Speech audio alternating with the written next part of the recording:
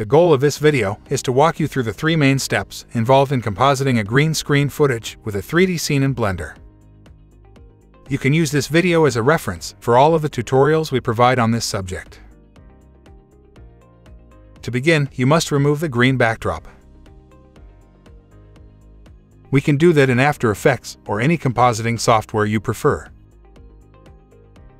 Import the green screen footage and create a new composition. When we have a video of an entire green screen set, as in this case, it is not easy to have a completely uniform illumination, as already mentioned before. So, we can't key out the green screen in a single step. We have to mask different portions of the video and apply different settings for each of them. So, the first step is to consider different portions of the video with an obvious diversity of lighting or in relation to the material used as green screen. Here I duplicated the video and created 4 masks that correspond to the different areas of the video I want to treat separately.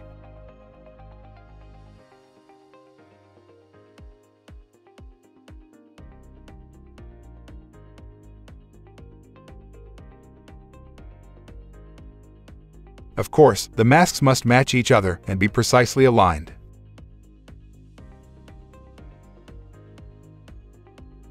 Also, remember to set the compositing mode of each layer as Alpha Add. This ensures that the video is properly computed at the edges of the masks. Otherwise, we would see a line that separates the 2 portions.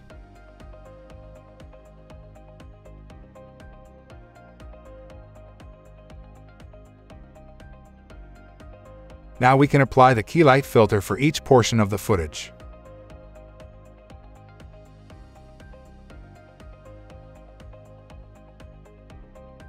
Choose a green color that best represents the average color of this specific portion of the video.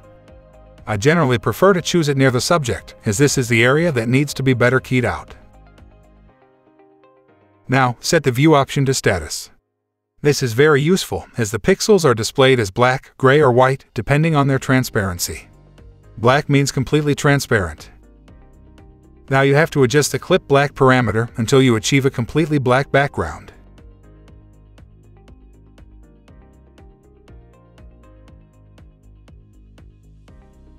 Then, do the same for the clip white parameter. In this case, the subject must be completely white except at the edges. Now, set the view option as intermediate result. You could also set it as final result, but in this way, we have greater control over the colors. Now, apply the advanced spill suppressor filter. In some cases, it has to be set as ultra. If you notice a green border around the actor, you also have to increase the spill range factor and the spill color correction property.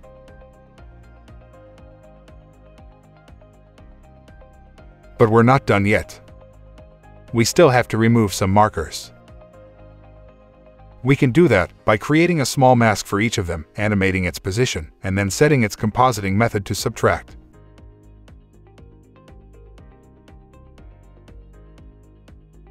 Now we have a transparent video. We could use it here in After Effects for the final compositing. But I prefer another approach. I want to add the footage directly inside Blender. We explain this technique in a video here in the channel. This will give us the ability to better mix the real and virtual footage. And we'll see this in a moment. So, we need to export the video with the transparency informations. We can do that in 2 ways. In general, the better solution is to export the video as an image sequence. For example, a PNG or EXR sequence. This ensures the best quality. However, for simplicity reasons, we can also export the video as a movie. But we have to choose the right format that preserves the best quality. So, add the composition to the render queue. As a format, I'm going to use the QuickTime one. In the Format options, select the Apple ProRes 4444 codec. Finally, set the channels as RGB and alpha, and the color option as straight. This means that the alpha channel is not multiplied with the background color. Okay, now we have the footage we can use for the compositing. The next step is to match the camera movement in Blender and create the virtual scene. In order to do that, we have to open the motion tracking panel and import the original green screen footage.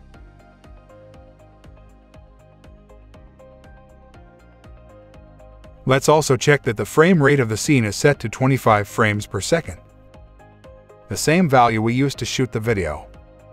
Before proceeding with the tracking, let's also set the camera parameters in order to match those of the real camera. In this case, we have to set the sensor width to 39.9 and the focal length to 28. Also, set the global length of the scene to match the length of the footage by pressing the Set Scene Frames button. Now we can add some markers in order to track the camera movement.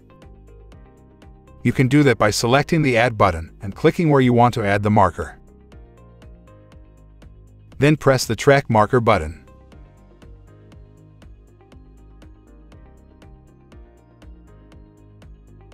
Below, you have the tracking graph. If something goes wrong, the tracking process stops. In this case, you can try adjusting the size of the marker or changing the motion model. Ideally, you should track at least 11 markers. Remember to also track some markers on the cube and on the floor.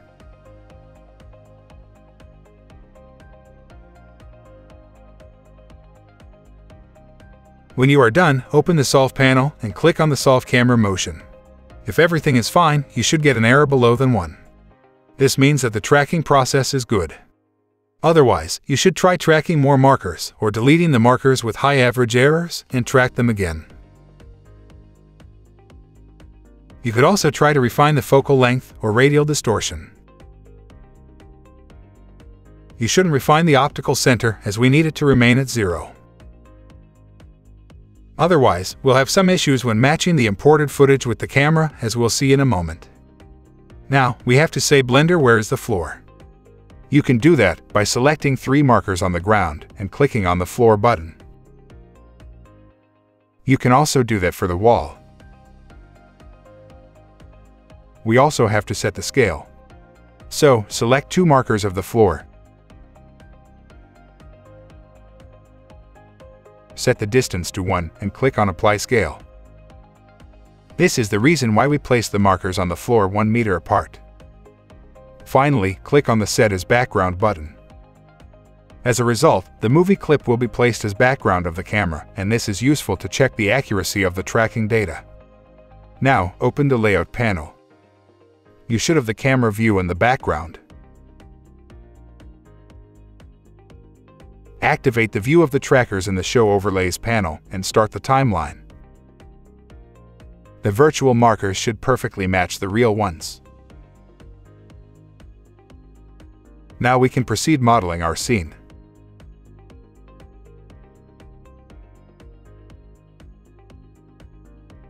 With our simulation set up, it's time to integrate it with the live footage. First of all, deactivate the video background of the camera. Import the green screen footage as an image plane.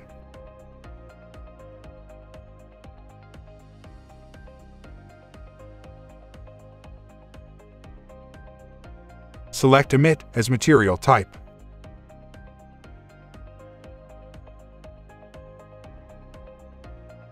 Now we want the image plane to exactly follow the movement and rotation of the camera. Be sure to move to the first frame. Shift-click the plane and then the camera so that the camera is the active object. Now press Ctrl or Command-C and copy the location and rotation. The plane is placed and rotated as the camera. We also have to link it to the camera so that they move and rotate the same way. Again, shift-click the plane and the camera, press Ctrl-P and choose Object, Keep Transform. The plane now moves in sync with the camera.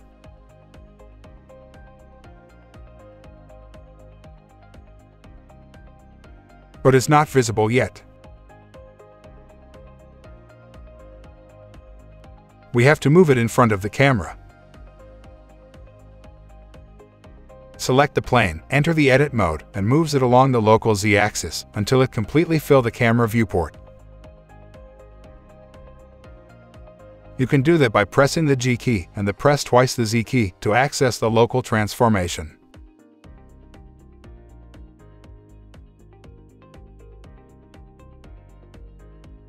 Now, we can finally see our live footage.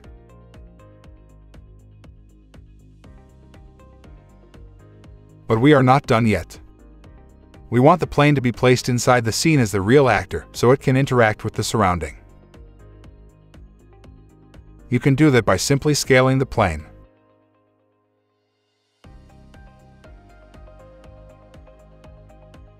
And as we previously moved the plane in the edit mode, its origin is placed at the camera origin. In this way, its physical location and scale change, but in relation to the camera point of view, the apparent size is always the same. And we can scale it, having as a reference the position of the feet. We have to scale the plane just to the point where the foot starts to be clipped by the floor. But unfortunately, we have to do that for the entire length of the movie. So, basically, we have to add some keyframes to the scale property of the plane and adjust its size along all the video.